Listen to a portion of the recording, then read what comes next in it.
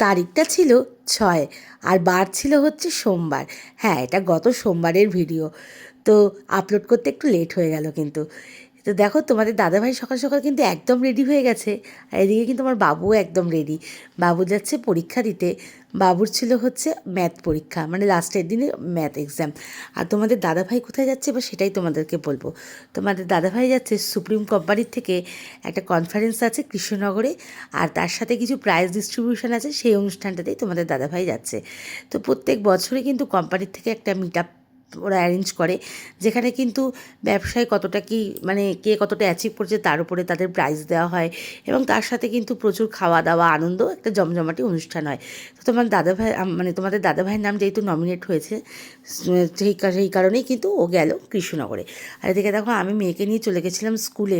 School থেকে চলে গেছিলাম বাপের বাড়ি, যেহেতু টাইমটা একটু শর্ট ছিল। অল্প টাইমের জন্য স্কুল ছিল, যেহেতু স্পোর্টসের একটা মানে ট্রায়াল চলছিল ওদের। তো সেই কারণে আমি কিন্তু বাপের বাড়ি চলে গেছিলাম। আর এখন দেখো ঘড়িতে বাজে 2:15, মানে আমার ঘড়ি আধা ঘন্টা ফার্স্ট।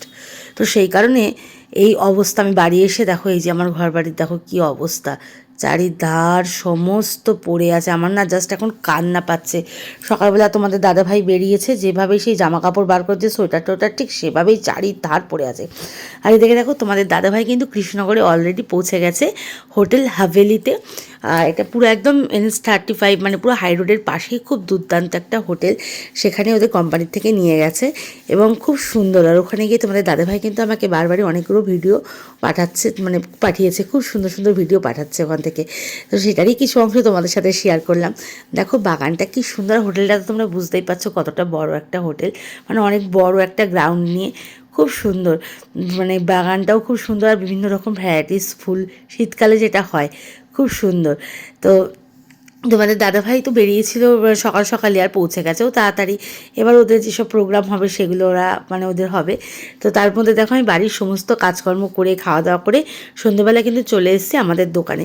যেহেতু ও রয়েছে কৃষ্ণনগর, সেহেতু দোকানটা তো খুলতে হবে, যেহেতু বিয়ের মাস চলছে, সেই কারণে কিন্তু আমি চলে এসেছি দোকানে। আর আমার সাথে চলে এসছে বাবা, আমাদের গার্ড দেওয়ার জন্য চলে এসছে বাবা। আর রয়েছে আমার বাবু, মাম্মাম আর একটা দাদা, যে দাদাটা তোমাদের দাদাভাইয়ের সাথে থাকে, সেই দাদাটাও এসে গেছে। তো এই যে আমরা এখন দোকান সবে খুলেছি। আর আমার বাবু কিন্তু একাই 100। ও কিন্তু দেখো সমস্ত রকম পরিষ্কার পরিচ্ছন্ন যেটা করার ওই করছে, আমাকে কিন্তু কিচ্ছু করতে দিল না। আমার ছেলেটা বড় হয়ে গেল। দেখো ও আগে দোকান খোলার পরই ও বললো তুমি চুপ করে দাঁড়াও, আমি ঝাড়টার দিয়ে একদম সব পরিষ্কার পরিচ্ছন্ন করে নিচ্ছি তারপরে। তো এই যে বাবা বাইরে দাঁড়িয়ে আছে, ও কিন্তু দেখো সমস্তটা পুরো একা হাতে পুরো ঝাড় দিল। আমাকে সত্যি কথা বলতে কিচ্ছু করতেও দেয়নি। তো তারপরে এই যে ঝাঁটটার দেওয়া হবে, তারপরে সব ঠাকুর পুজো হবে, মালটাল কিছুটা বাইরে বার করেছে, সবটা কিন্তু করিনি, কারণ বাচ্চা মানুষ সবটা ভারী ভারী জিনিসপত্র বাইরে কিন্তু ও নিয়ে যাওয়াটা ওর পক্ষে সম্ভব না। তো এই যে তারপরে কিন্তু সন্ধে দিয়ে দেবে এবার, মানে হাত জোর দিয়ে গঙ্গাজল টঙ্গাজল ছিটিয়ে এবার কিন্তু ও সন্ধে দিয়ে দিচ্ছে। আর এই যে আমি আর মাম্মাম কিন্তু ভেতরেই রয়েছি। আর মাম্মামকেও যেহেতু নিয়ে এসেছি, মাম্মাম তো দোকানে আসা মাত্রই চিরিং বিরিং শুরু করেছে, এটা ধরবে, এটা দেখবে, ওটা ধরবে, এই করে যাচ্ছে। আর বাবু এই যে তার মধ্যে কিন্তু সন্ধে দিচ্ছে। তো এবার সন্ধে দিয়ে নিয়ে আমরা কিন্তু এবার বসবো, যতক্ষণ সময় মানে পারবো, মানে বাইরে তো ভালোই ঠান্ডা, 9টা অবধি বসবো, তারপরে আবার বাড়ি চলে যাবো, কারণ ঠান্ডাটা খুবই ভালো আজকে লাগছে।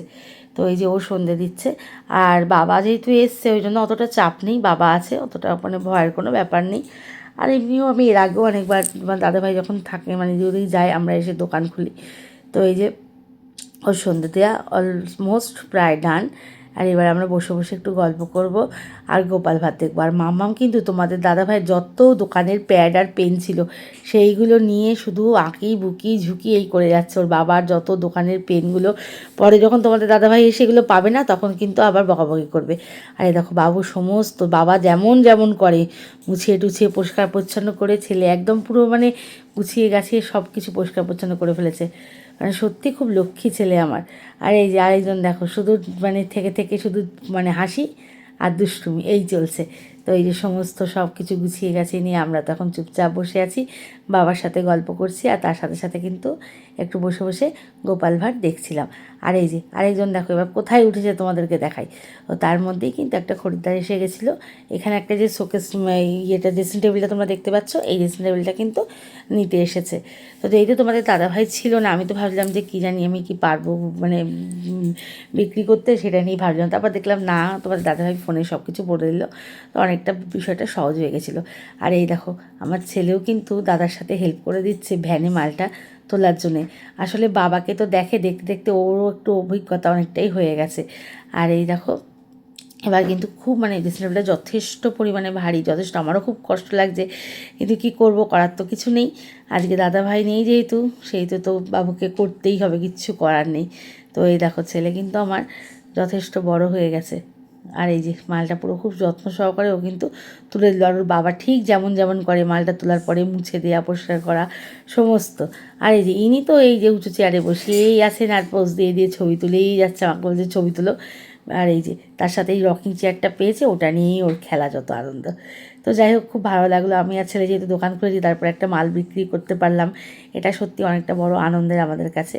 আর ছেলে সমস্ত এই যে গুছিয়ে গাছিয়ে দিল, এবার কিন্তু মালটা জায়গায় চলে যাবে। তো তারপরে কিন্তু আমরা বাড়ি চলে যাওয়ার উদ্দেশ্যে রওনা দিয়ে দিয়েছি। আর ভিডিওটা কেমন লাগলো অবশ্যই বলো, টাটা।